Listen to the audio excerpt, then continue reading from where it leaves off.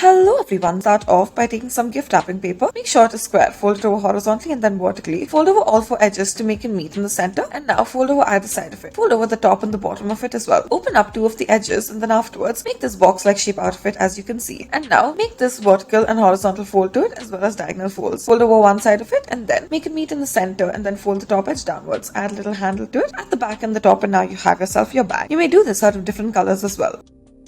We'll start off by taking some gift wrapping paper, fold it over into half and then fold it over diagonally on either side. Now flatten it out in order to make the square shape. Fold the bottom edge over upwards. Now after this, fold the edge back down again and then fold over either side to make it meet in the center. Now after you've folded over either of the sides, repeat this step to make a smaller diamond-like shape out of it. Now make a slit at the top and then fold over either of the long edges outwards and then back down. However, for the second edge, lift it upwards instead of down and then puff out the base. Now you should have yourself your little teapot and then let it pour over. You may do this out of different colors as well.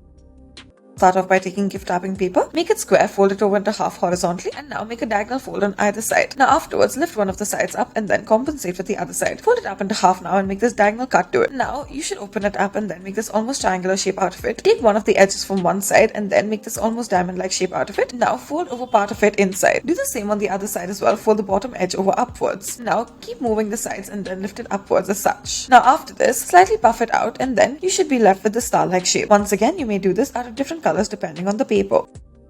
We'll start off by taking a black sheet of paper or any gift wrapping paper. Make sure it is square and then fold it over horizontally. Now open it up and then make a small slit cut out of it. Now fold it up into half. Now make an arrowhead-like shape out of one of the sides and then fold it backwards. Now reverse the side once more and once more make an arrowhead-like shape out of it. Flatten the top by pushing it up as such. Then make these small side folds to it. Now fold the top edge downwards, or rather the top end downwards, and then reverse the side and then put the sides downwards as such. Flatten it out and then afterwards you should be left with this plane. As you can see, we have two different colors of this and we can make it fly as such.